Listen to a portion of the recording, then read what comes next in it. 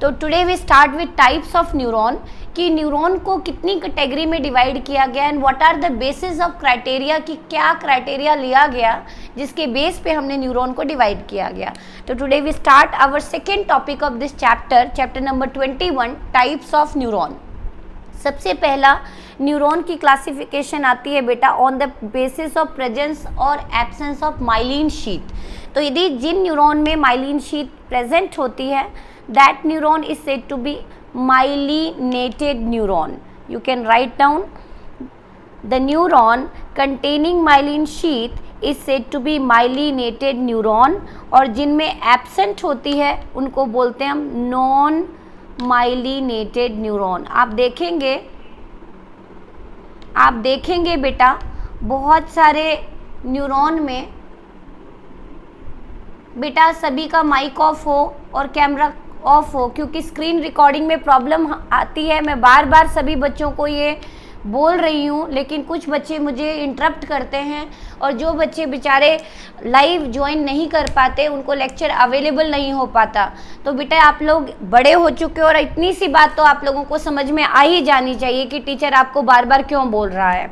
तो नेक्स्ट आ जाते हैं types of neuron, myelinated neuron and non myelinated neuron.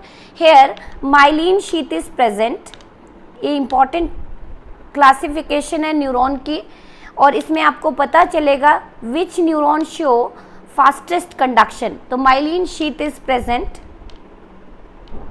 इसमें माइलिन शीथ प्रेजेंट होती है।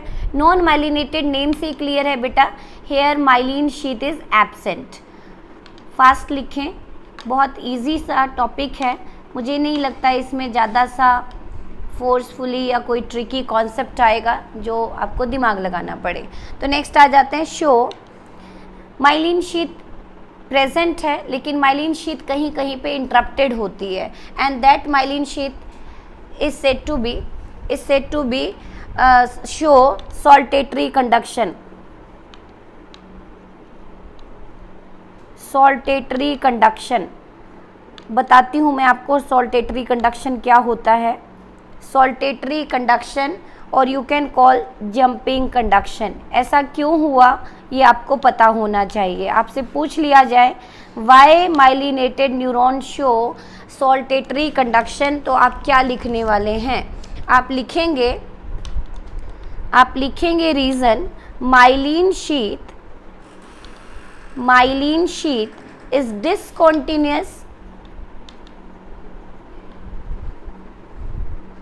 discontinuous around axon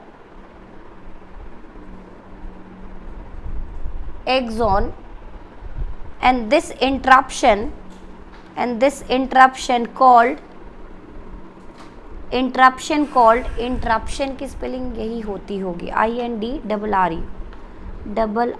interruption are called node of Ranvier। इसको हम किस नाम से जानते थे? Node of Ranvier. तो मैं आपको बता दूं कि जब इम्पल्स एक नोड ऑफ रेनवियर से दूसरे node of Ranvier, suppose this is neuron और इसके ऊपर माइलिन एक्सॉन है, माइलिन शीथ लोकेटेड है बेटा, तो यदि इम्पल्स एक जगह से दूसरी जगह पे जंप करता हुआ जा रहा है, and that conduction is said to be saltatory conduction और जंपिंग कंडक्शन। और यदि किसी एक्सॉन पे कोई माइलिन शीथ नहीं है तो जो करंट है बेटा वो कंटिन्यूसली फ्लो करेगा, and that type of conduction is said to be continuous conduction और कंटिन्यूस कंडक्शन। लेकिन जो आप देखेंगे यहाँ पे जो कंडक्शन हो रही है वो कैसी हो रही है बेटा? जंपिंग। तो which one is faster? Definitely myelinated. तो जहाँ पे फास्टेस्ट कंडक्शन की रिक्वायरमेंट होती है वहाँ पे कौन से न्यूरॉन होते हैं? माइलिनेटेड। और जहाँ पे थोड़ी बहुत लिटिल बिट स्लो रिक्वायरमेंट होती है वहाँ पे कैसे न्यूरॉन मिलेंगे आपको? Non myelinated. तो यू कैन राइट डाउन कि कैसी कैसी कंडक्शन ये शो करते हैं। ये कैसी कंडक्शन शो कर रहा है? सॉल्टेटरी। ये कैसी कंडक्शन शो कर रहा है बेटा? Show continuous conduction।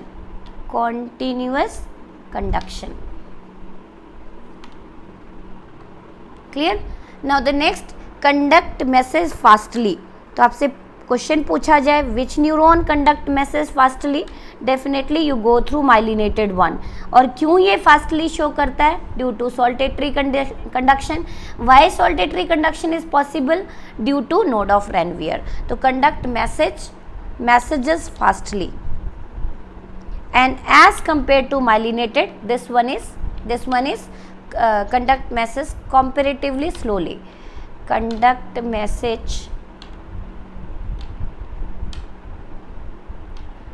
messages comparatively slowly। किसके कंपैरिजन में स्लोली मैसेज कंडक्ट करता है बेटा? किसके कंपैरिजन में? माइलिनेटेड। तो these are some basic difference between myelinated neuron and non myelinated, and this classification is based over the presence और absence of myelin sheath which is formed via Schwann cell and the process is said to be myelinogenesis। और myelin sheath किसकी बनी होती है? कल मैंने आपको बताया था, a special type of conjugate lipid, phospholipid, and the phospholipid which participate in myelin sheath formation is sphingolipid in case of neuron. Now come over the other category or other classification of neuron. This is the first classification beta, किसके base पे? Presence और absence of myelin sheath. Now come over the second classification. Do fast, जल्दी जल्दी करें। Now come over the second classification. Second classification function के base पे कि वो किस तरह से मैसेज को कंडक्ट करा रहा है, कहाँ से कहाँ करा रहा है, उसके बेस पे हमने न्यूरॉन को 2 कैटेगरी में डाला। सेंसरी न्यूरॉन, ये मुझे लगता है आप 10th में पढ़ के आए हैं, पर कोई बच्चा कह रहा था मुझे, यस सिद्धि कह रही थी मुझे कि ये आपका 10th में डिडक्ट हो गया था। ओके, कोई बात नहीं, डिडक्ट हो गया था तो हम दोबारा कर लेते हैं। सेंसरी न्यूरॉन और मोटर न्यूरॉन, क्या बेसिक डिफरेंस है देख लेते हैं हम बेटा। सेंसरी न्यूरॉन और मोटर न्यूरॉन नेम से क्लियर है, जो मैसेज को sensory organ to central nervous system लेके जाती है उसको सेंसरी बोलते हैं। जो सीएनएस से वापस से सेंसरी ऑर्गन के पास मैसेज को लेके आती है उसको हम क्या बोलते हैं? Motor neuron. तो next write down the difference between sensory and motor. इसको मैं फटाफट इरेज कर देती हूँ, होपफुली आपने लिख लिया होगा। फिर हम चलेंगे अपना main topic human nervous system के ऊपर। आपको पता होना चाहिए हमारा नर्वस सिस्टम किससे मिलके बना है? न्यूरॉन से और ग्लिया सेल से मिलके बना है, और इसकी अरेंजमेंट होके क्या बनते हैं आपकी बॉडी में? Brain and spinal cord which control and coordinate all body functions. Clear? तो सेंसरी ऑर्गन टू जो मैसेज सेंसरी ऑर्गन से कहाँ लेके जाते हैं बेटा? Suppose this is sensory organ, eye, ear, nose, कुछ भी हो सकता है। वो आपकी सेंट्रल नर्वस सिस्टम, कहाँ तक मैसेज लेके जा रहे हैं? Central nervous system. मैसेज को कहाँ कंडक्ट कर रहे हैं? मैसेज को कहाँ कंडक्ट कर रहे हैं बेटा? Central nervous system. And that neuron is said to be sensory neuron. ऐसे न्यूरॉन को आप क्या बोलते हैं? Sensory neuron. वाइस वर्सा, यदि आप देखें तो मोटर कहाँ से मैसेज को कंडक्ट कर रहा है? सीएनएस टू वापस से किसके पास? इफेक्टर ऑर्गन, कि भाई हमने किसको देखा, हमने किसकी आवाज़ सुनी। ये इंटरप्रिटेशन कहाँ होती है? आपके ब्रेन में होती है। कहाँ होती है बेटा? आपके ब्रेन में होती है। और ब्रेन से जो मैसेज को लेके आया है, भाई मैंने आरुषि की आवाज़ सुनी, तो ये हालांकि मैं आइडेंटिफाई नहीं कर पाऊँगी किसकी आवाज़ है, तो सेंट्रल नर्वस सिस्टम से इफेक्टर ऑर्गन तक हम जो मैसेजेस को लेके आ रहे हैं, इंटरप्रिटेशन हुई, मैंने किसी बच्चे की आवाज़ सुनी, तो ये कौन से न्यूरॉन लेके आए हैं? आपके मोटर न्यूरॉन लेके आए हैं। तो here messages are conducted from CNS to effector organ. ऐसे न्यूरॉन को क्या बोलते हैं आप? Motor neuron. Now come over the third category of classification of neuron.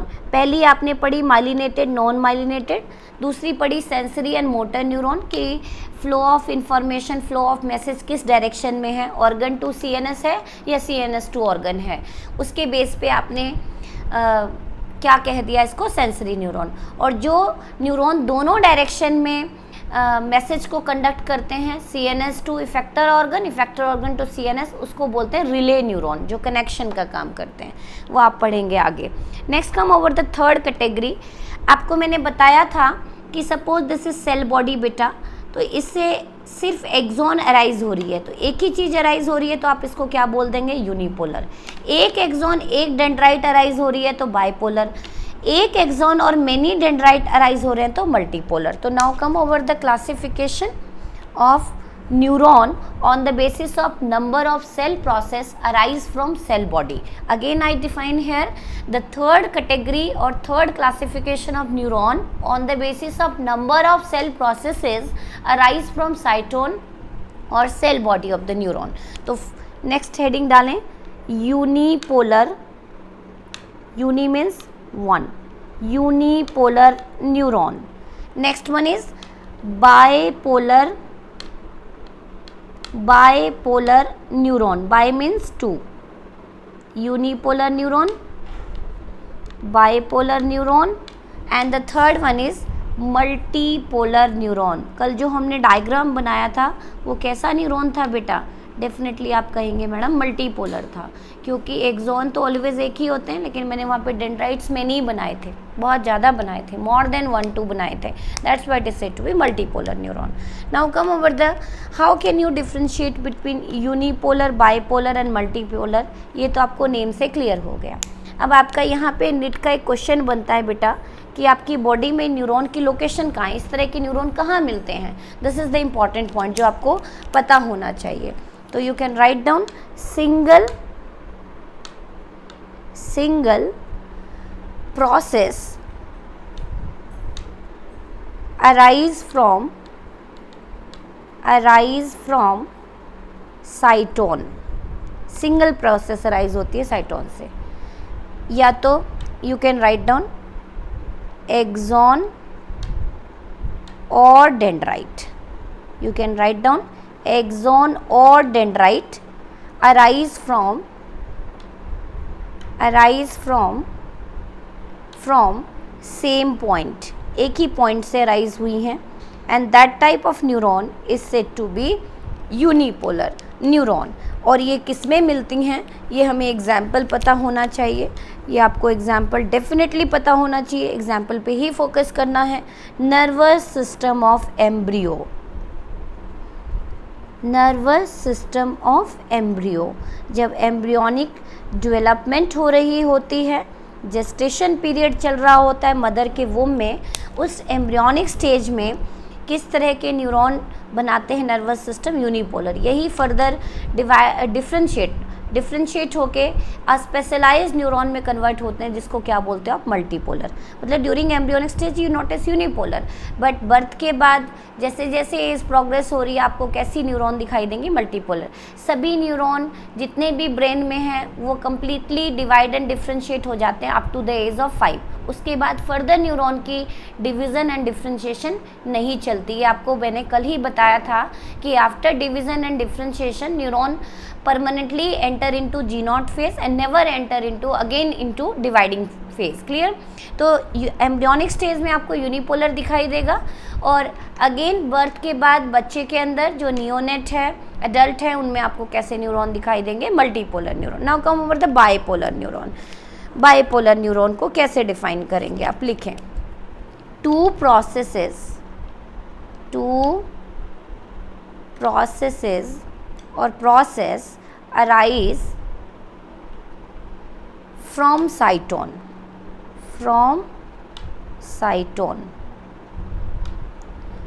जब किसी न्यूरॉन में के सेल बॉडी से एक एक्सॉन एंड वन ही डेंड्रॉन अराइज हो, one axon and one dendron arise हो, ऐसे न्यूरॉन को क्या बोलते हैं, bipolar neuron. In the example of a specialized, बहुत ही स्पेशल है और बहुत ही इंपॉर्टेंट क्वेश्चन आता है बेटा, ये ऐसे न्यूरॉन आपकी बॉडी में कहाँ हैं, तो दैट टाइप ऑफ न्यूरॉन, जैसे suppose this is cell body है ये, तो यहाँ से एक्सॉन अराइज हो रहा है और यहाँ से डेंड्राइट अराइज हो रही है, क्लियर। ये मैंने क्या बना दी बेटा, मैंने सेल बॉडी बना दी, क्लियर। इसमें से ये क्या दिख रहा है आपको, एक्सॉन, और ये क्या दिख रहा है आपको, डेंड्राइट। तो एक डेंड्राइट और एक एक्सॉन अराइज हुआ, तो ऐसे न्यूरॉन को क्या बोल रहे हो आप, bipolar.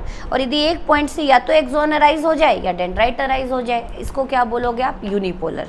Now come over the example of bipolar neuron. It is found in retina. Retina पढ़ा है आपने आईज में, ऑप्टिक में, फिजिक्स में पढ़ के आए होंगे 10th में। रेटिना जहाँ पे इमेज की फॉर्मेशन होती है, फोटो सेंसिटिव लेयर होती है बेटा ये। रेटिना में and olfactory epithelium, olfaction is related to smell. ये एपिथेलियम कहाँ लोकेटेड है? आपकी नोज़ में, जो आपको सेंस ऑफ स्मेल देती है कि फाउल ऑर्डर आ रहा है या प्लेजेंट स्मेल आ रही है, तो आपकी olfactory epithelium that is in retina, olfactory epithelium is located in your nose, and retina is the innermost layer of the eye, that is photosensitive layer where images are formed। जहाँ पे image की formation होती है, आपने पढ़ा होगा eyes की 3 layers होती हैं, ट्यूनिक्स होती हैं, आपने पढ़ा है sclera, choroid and retina. The innermost layer is retina which is composed of photosensitive cell, rod cell and cone cell which participate in image formation. तो रेटिना में जो मैसेजेस को लेके जा रहा है कहाँ तक बेटा? ब्रेन तक। वो कौन से न्यूरॉन लेके जा रहे हैं? बाइपोलर। मतलब सपोज सेंसरी ऑर्गन आपका आई है, आई से आपका सेंट्रल नर्वस सिस्टम ब्रेन तक मैसेज कौन लेके जा रहा है? Bipolar, because your retina consist of bipolar neuron as well as your olfactory epithelium that is located in your nasal cavity. वहाँ पे कौन से एपिथेलियम दिख रहे हैं? ऑल्फैक्टरी, और उसमें भी कौन से न्यूरॉन लोकेटेड हैं? बाइपोलर। तो this is the most important example. जो किस तरह के न्यूरॉन है, एडल्ट स्टेज में भी ये न्यूरॉन कैसे रहते हैं? बाइपोलर ही रहते हैं। Now come over the multipolar neuron. Neuron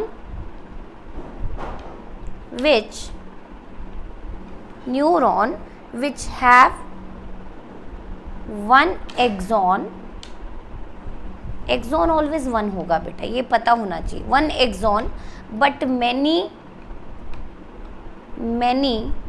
dendron or you can call dendrites, many dendrites। और ये कहाँ मिलते हैं? आपके जो नर्वस सिस्टम है वो मेनली किस न्यूरॉन से बना है? Multipolar neuron. आपका क्या? सभी का, ऑल वर्टिब्रेट्स। क्लियर? तो most of neurons of vertebrates किस कैटेगरी से बिलोंग करते हैं? आपके मल्टीपोलर न्यूरॉन से बिलोंग करते हैं। This is the important point. लेकिन सबसे इम्पॉर्टेंट क्वेश्चन आता है आपका बाइपोलर न्यूरॉन पे। तो एम्ब्रियोनिक स्टेज में आपने कैसे न्यूरॉन देखे? लेस डिफरेंशिएटेड न्यूरॉन देखे, यूनिपोलर। और सभी वर्टिब्रेट्स में आपने कैसे न्यूरॉन देखे? मल्टीपोलर, जो कल हमने डायग्राम ड्रॉ किया था बेटा। और आपकी रेटिना में और ऑल्फैक्टरी एपिथेलियम में आपने कैसे न्यूरॉन देखे? Bipolar neuron. तो these are basic classification of neuron on the basis of presence or absence of spatial structure, on the basis of presence of direction to which messages are conducted, and the third one is the number of cell processes arise from cytone or soma of the neuron. Now come over the next important topic। आज हम start करेंगे human nervous system, कि हमारा जो nervous system है, जैसे आप लोगों ने सर्कुलेटरी सिस्टम पढ़ा, एक्सक्रीटरी सिस्टम पढ़ा कि excretory system are composed of 2 kidney, 2 ureter and 1 bladder. Definitely आज हम पढ़ने वाले हैं कि जो ह्यूमन नर्वस सिस्टम है, जो हमारे बॉडी के सारे फंक्शंस को कंट्रोल एंड कोऑर्डिनेट करता है, वो किससे मिलके बना है। फटाफट राइट करें, फिर हम टॉपिक डालें। Next topic number 3। अभी ये सेकेंड टॉपिक था, नेक्स्ट टॉपिक है आपके इस चैप्टर का human nervous system. Human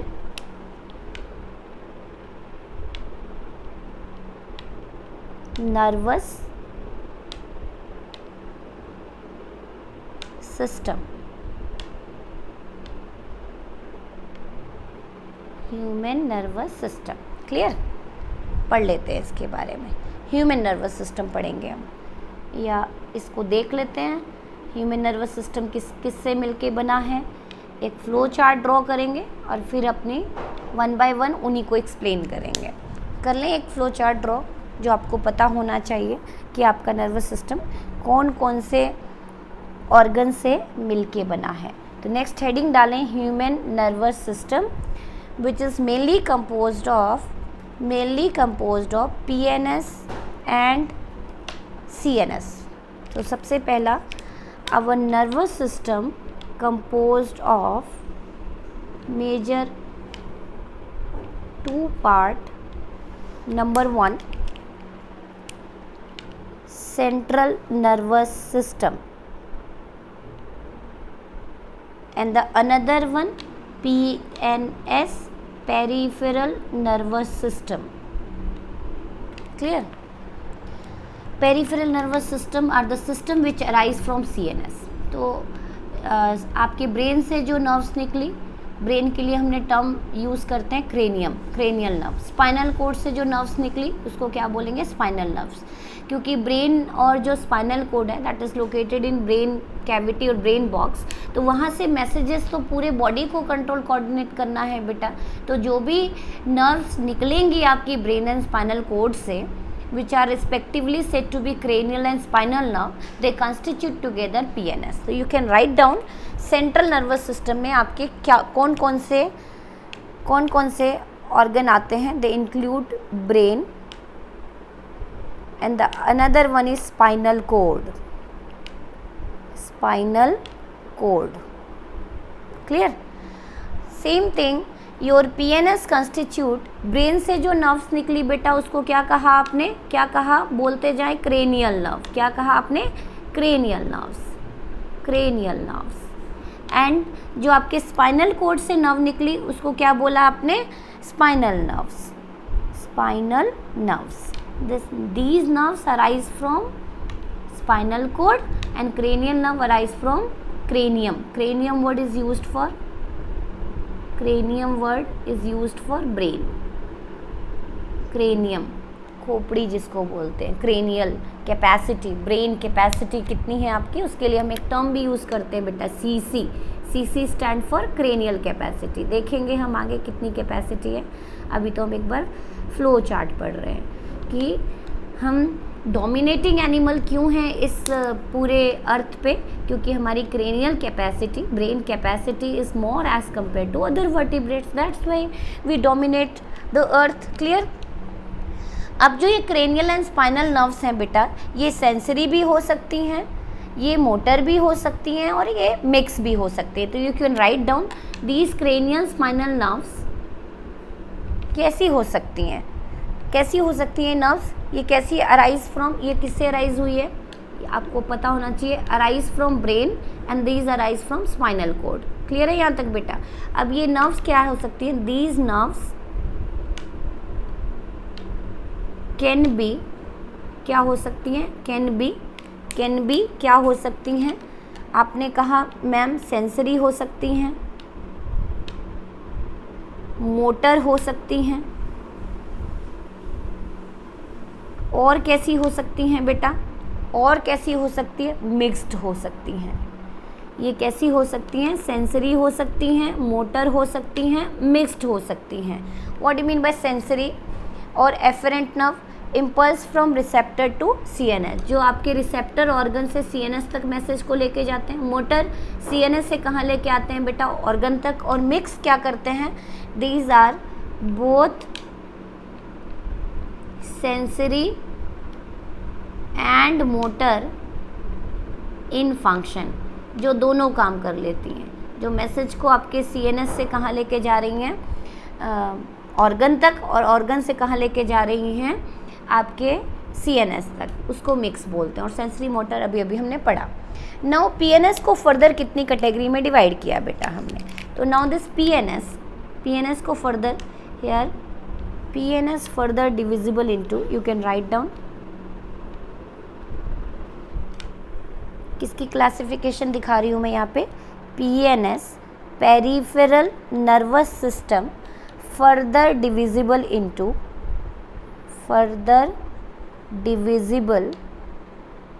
into किस में डिवाइड कर दिया आपने? Further divisible into somatic nervous system, somatic nervous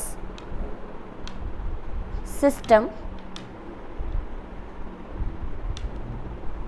in shortly it is said to be SNS, and the next one is autonomic nervous system, may be ये तो आपने नाम सुना हो, ऑटोनॉमिक नर्वस सिस्टम। इसको इरेज करती हूँ बेटा, autonomic nervous system. shortly it is said to be ANS. देखें आप, ह्यूमन नर्वस सिस्टम को, this is human nervous system which is basically divisible into two part, CNS and PNS. PNS को further आपने कितनी category में divide कर दिया बेटा? 2, somatic nervous system and autonomic nervous system, SNS and ANS. You can write down about certain basic feature of somatic nervous system. What are the role of somatic nervous system in our body? Name से clear है, somatic nervous system है, क्या करेंगे लिखें आप, conduct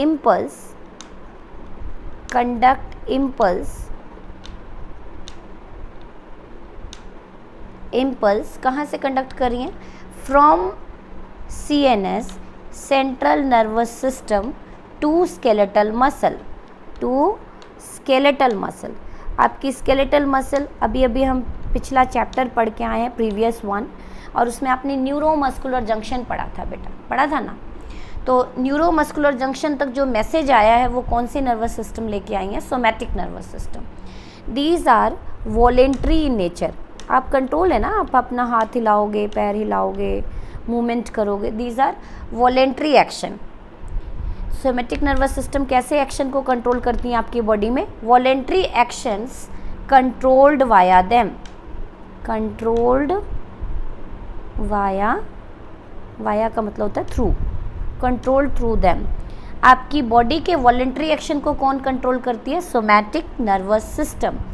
तो somatic nervous system SNS का role clear हो गया बेटा आपको. ये कहाँ से अराइज होती हैं? PNS से. और ये आपकी बॉडी के कौन से एक्शन को कंट्रोल करती हैं? वॉलेंट्री एक्शन को. और किससे कनेक्ट करती हैं CNS को? स्केलेटल मसल्स से. स्केलेटल मसल्स आप पढ़ चुके हैं, 3 तरह की मसल्स होती हैं, skeletal, smooth and cardiac. Next come over autonomic nervous system. Autonomic nervous system क्या होती हैं और क्या इनका रोल है? Right down. कहाँ से कहाँ मैसेज को कंडक्ट करती हैं? तो you can write down conduct impulse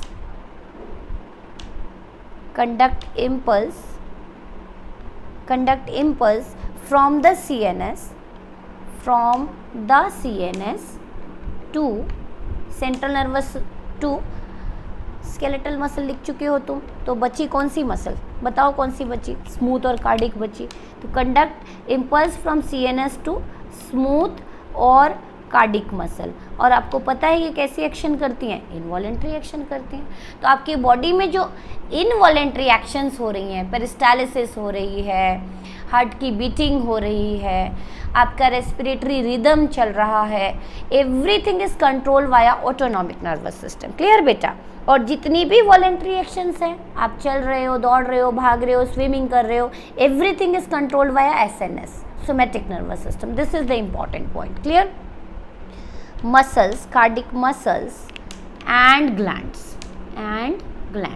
तो आपकी जितने भी इंटरनल ऑर्गन्स हैं, विसरा हैं, किडनी है, आपकी एलिमेंट्री कैनाल है, लिवर है, स्टमक है, all are composed of smooth muscle बेटा. तो definitely it is under the control of ANS, autonomic nervous system. किसी भी तरह की कन्फ्यूज़न नहीं होनी चाहिए. सभी इंटरनल ऑर्गन्स आपकी स्मूथ मसल से बनी हैं. That's why under the control of autonomic nervous system. और आपकी स्केलेटल मसल किसके कंट्रोल में रहती है? Somatic nervous system. Now the second part, control involuntary action. Control involuntary action. अब मुझे ये बताओ, जैसे आप भाग रहे थे तो आपकी हार्ट बीट बढ़ गई और आपका रेस्पिरेटरी रिदम भी बढ़ गया, ब्रीदिंग रेट बढ़ गया. तो उसको नॉर्मल लेवल तक लेके आने का काम भी तो करना होगा. तो एक लिमिट तक बढ़ी है तो उसको वापस से नॉर्मलाइज करना है, तो वो भी काम कौन करती है? Autonomic nervous system. तो नेक्स्ट है autonomic nervous system. ANS further divisible into 2 part. ANS को फर्दर डिवाइड किया बेटा हमने 2 पार्ट में. This ANS further divisible into 2 parts. Right down the 2 parts. ANS क्योंकि आप देख रहे हैं कि जब आप भाग रहे थे तो कार्डिक हार्ट बीट रेट बढ़ चुकी है, रेस्पिरेटरी रिदम भी बढ़ चुकी है. अब उसको नॉर्मल भी लेके जाना है, अदरवाइज हार्ट की मसल्स डैमेज हो सकती हैं. अंडरगो, आप कह सकते हैं मायोकार्डियल इन्फाक्शन हो सकती है, कार्डिक अरेस्ट हो सकता है, तो उसको नॉर्मलाइज करना है तो वो भी काम कौन करती है? ऑटोनॉमिक। तो एक टाइम पे बढ़ा रही है during emergency situation, normal situation में उसको नॉर्मल लेवल पे लेके आ रही है, घटाने का मतलब up to normal level. Again I recap here कि ड्यूरिंग इमरजेंसी सिचुएशन ये हमारी बॉडी की एक्टिविटीज़ को बढ़ाती हैं, लेकिन नॉर्मल कंडीशन आने पे ये अपनी एक्टिविटीज़ को डिक्रीज़ कर देती हैं। डिक्रीज़ का मतलब नॉर्मल लेवल पे ले आती है, नॉर्मल से घटा नहीं देंगी। जैसे आपका हार्ट बीट रेट है 72 beats per minute normal condition में, सपोज़ आप भाग रहे थे तो कितनी बीट्स हो गई थी? 90 बीट्स पर मिनट। फिर से नॉर्मल आप रेस्ट में आ चुके हो तो बीट को कितना ले आएगा? 72। घटाने का मतलब घटा के कोई 60 पे नहीं ले आएगा, उसको घटा के किस लेवल पे लेके आएगा? नॉर्मल लेवल पे। तो ये सारा काम भी आपके बॉडी में कौन करती हैं बेटा? ऑटोनॉमिक नर्वस सिस्टम करती हैं। And this further divisible into two category, sympathetic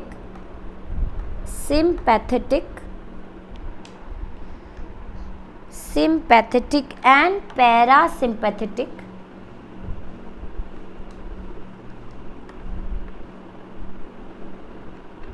Sympathetic autonomic nervous system, parasympathetic autonomic nervous system. This is the important point. Sympathetic works under stress or emergency. Sympathy क्या होती है? किसी के लिए दया दिखाना।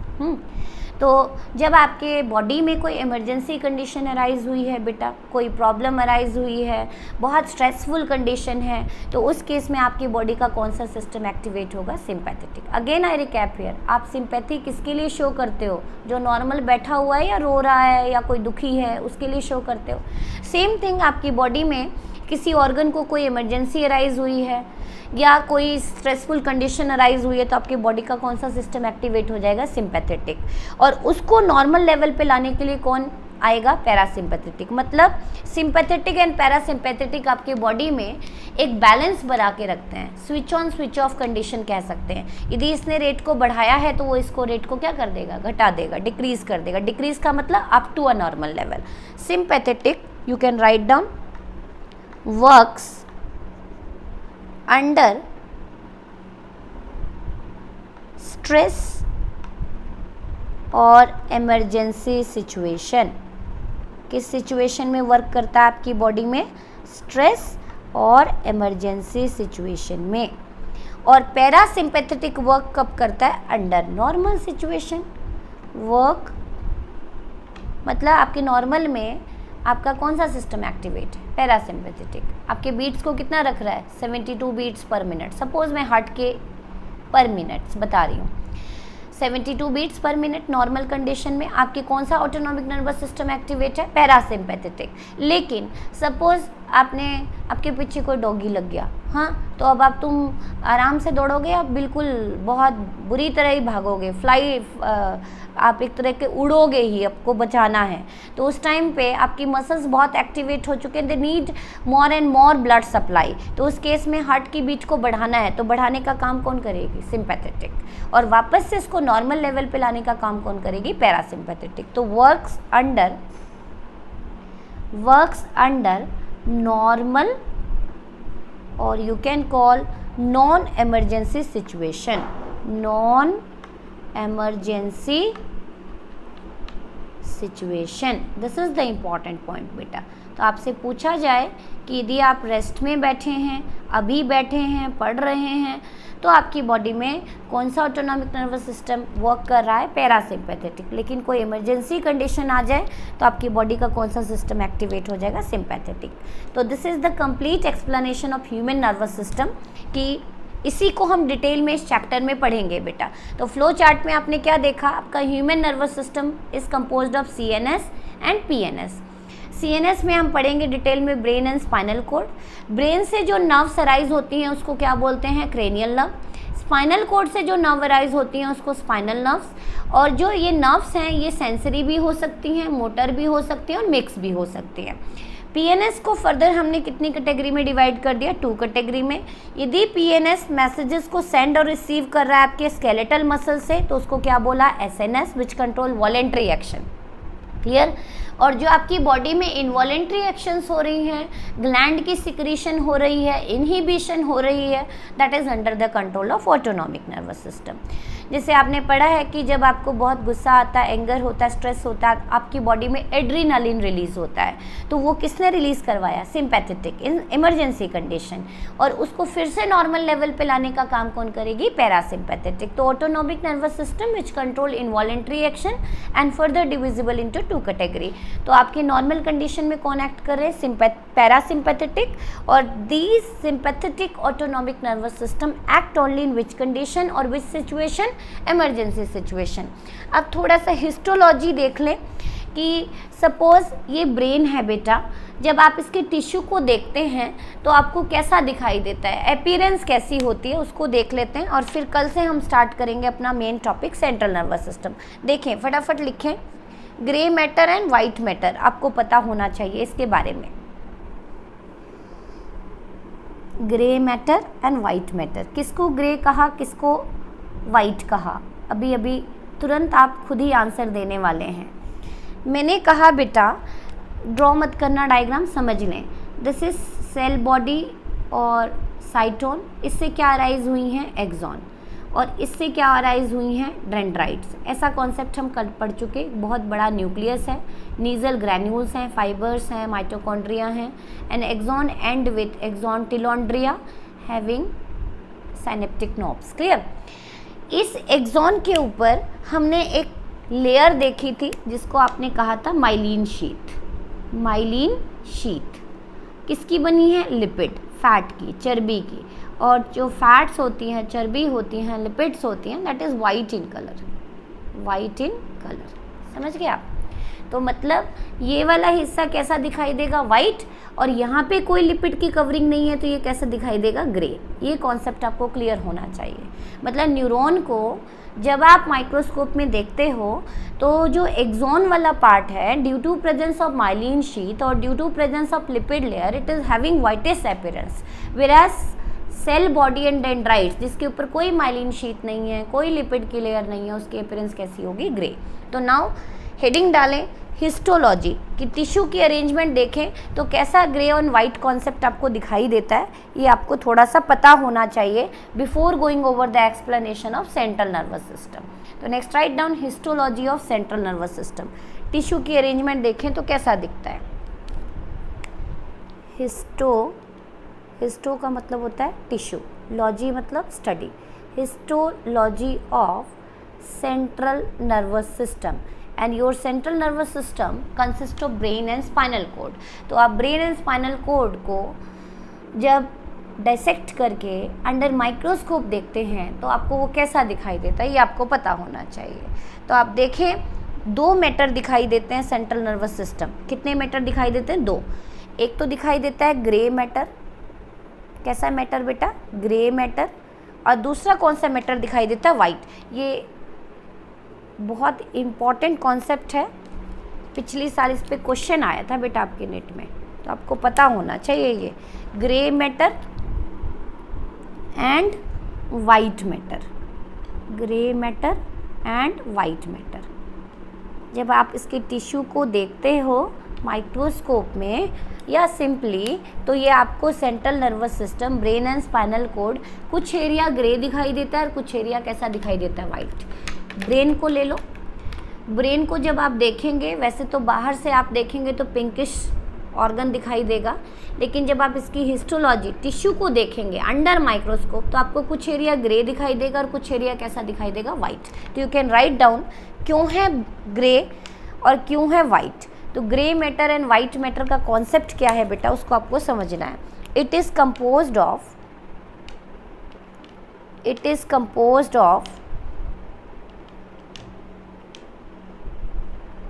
cytone and non-myelinated nerve fiber और you can call neuron।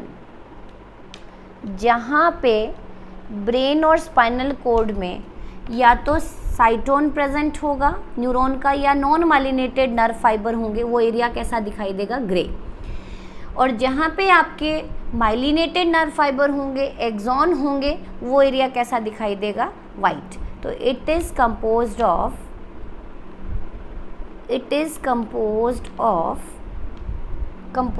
Of या it contain proper word रहेगा, इट कंटेन, वाइट मैटर में क्या क्या चीज़ें होती हैं, it contain myelinated nerve fibre. मुझे बताएं कि कौन सा nerve fibre faster conduction show कर रहा था, तो आप बोलेंगे माइलिनेटेड नर्व फाइबर। तो आपको पता होगा आपकी बॉडी में जो फास्टेस्ट इनवॉलेंट्री एक्शन होती है, जिसको आप रिफ्लेक्स एक्शन कहते हैं, that is controlled via spinal cord. जितनी भी वैसे तो ब्रेन आपका वॉलेंट्री इनवॉलेंट्री दोनों फंक्शन को कंट्रोल करता है, लेकिन जो फास्टेस्ट इनवॉलेंट्री एक्शंस होती हैं, जैसे कोई गर्म चीज़ से आपका हाथ टच हो गया, हॉट ऑब्जेक्ट से टच हो गया, तो आप इमीडिएटली विड्रॉ करेंगे ताकि बर्न ना हो जाए अपना हैंड। तो उस टाइम पे आपकी बॉडी का कौन सा सेंट्रल नर्वस सिस्टम एक्टिवेट होता है, स्पाइनल कॉर्ड। तो fastest involuntary action is under the control of spinal cord. It contain myelinated nerve fiber which are white fibers, जिनको आप क्या कहते हैं, वाइट फाइबर्स और वाइट न्यूरॉन्स। क्लियर। तो हिस्टोलॉजी आप जब देखेंगे सेंट्रल नर्वस सिस्टम की, तो आपको कैसा दिखाई देता है, देखें आप, अंदर की तरफ वाइट और बाहर की तरफ ग्रे। ऐसा आपका सेंट्रल नर्वस सिस्टम में ऐसा ही हिस्टोलॉजी किन किन में देखी गई है। एक तो सेरिब्रम में देखी गई है बेटा, cerebrum which is the part of forebrain. Diencephalon detail में चलेंगे, आप देखेंगे किस किस को मैंने क्या क्या नेम दिया है। And cerebellum which is the part of hind brain. Clear. तो आप क्या देख रहे हैं बेटा, आप क्या देख रहे हैं यहाँ पे, मैंने क्या क्या लिखा, मैंने लिखा बेटा cerebrum and diencephalon which is the part of forebrain. ये किसका पार्ट है, फोर ब्रेन का। और ये किसका पार्ट है, हाइंड ब्रेन का। क्लियर। इस तरह की हिस्टोलॉजी देखी गई है। उसी तरह से अपोजिट हिस्टोलॉजी कहाँ नोटिस हुई है बेटा, you can write down opposite. अंदर की तरफ ग्रे और बाहर की तरफ वाइट, अंदर की तरफ ग्रे एंड बाहर की तरफ white. That type of histology noticed in spinal cord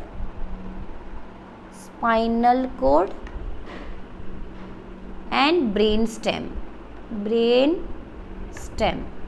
What is brain stem? किसी बच्चे को पता है ब्रेन स्टेम आप किसको बोलते हैं? आप ब्रेन स्टेम बोलते हैं बेटा mid brain along with hind brain. Mid brain along with hind brain, and why it is said to be stem, because all structure located in same axis, एक axis पे located है, that's why said to be brain stem। एक axis पे मैं कहूँ कि mid brain है, medulla oblongata है, pons है, तो ये सभी एक ही एक्सेस पे लोकेटेड है, that's why it is said to be brain stem. तो जब आप ब्रेन के कुछ हिस्से को देखते हो तो वो अंदर से वाइट और बाहर से ग्रे। अंदर से वाइट का मतलब यहाँ पे आपको क्या दिखाई देंगी, सेल बॉडी और डेंड्राइट्स, और यहाँ पे आपको क्या दिखाई देगा, एक्सॉन। अपोजिट देखें तो यहाँ पे आपको क्या दिखाई दे रही है, सेल बॉडी, और यहाँ पे आपको क्या दिखाई दे रहा है, एक्सॉन। क्लियर। तो इस तरह की अरेंजमेंट आपको देखने को मिलती हैं ब्रेन में और स्पाइनल कॉर्ड में। तो ये हिस्टोलॉजी का कॉन्सेप्ट आपको क्लियर होना चाहिए बेटा। ग्रे मैटर क्या होता है, वाइट मैटर क्यों होता है। तो यदि माइलिनेटेड न्यूरॉन है, फास्टेस्ट कंडक्शन की बात हो रही है, तो ये वाइट एरिया ज़्यादा दिखाई देगा आपको स्पाइनल कॉर्ड में। That's why spinal cord regulate all fastest action in our body. In next segment, कल के जो सेगमेंट होगा उसमें हम सेंट्रल नर्वस सिस्टम पढ़ेंगे बेटा, ब्रेन एंड स्पाइनल कॉर्ड की ब्रेन कैसा होता है, कौन कौन सी लेयर होती हैं एंड कौन कौन से इसके पार्ट्स होते हैं। तो कल हम डिस्कस करने वाले हैं सेंट्रल नर्वस सिस्टम डिटेल में। होपफुली आपने अपना ह्यूमन नर्वस सिस्टम को बेसिकली थोड़ा सा समझ लिया होगा कि हमने अपने ह्यूमन नर्वस सिस्टम को 2 पार्ट में डिवाइड किया बेटा, central nervous system and peripheral nervous system. PNS को फर्दर डिवाइड किया आपने somatic nervous system and autonomic nervous system. Autonomic nervous system को आपने फर्दर डिवाइड किया सिंपैथेटिक एंड पैरासिम्पैथेटिक। तो this is the complete explanation, or you can call brief explanation of human nervous system. In next segment we go through central nervous system. Thank you so much.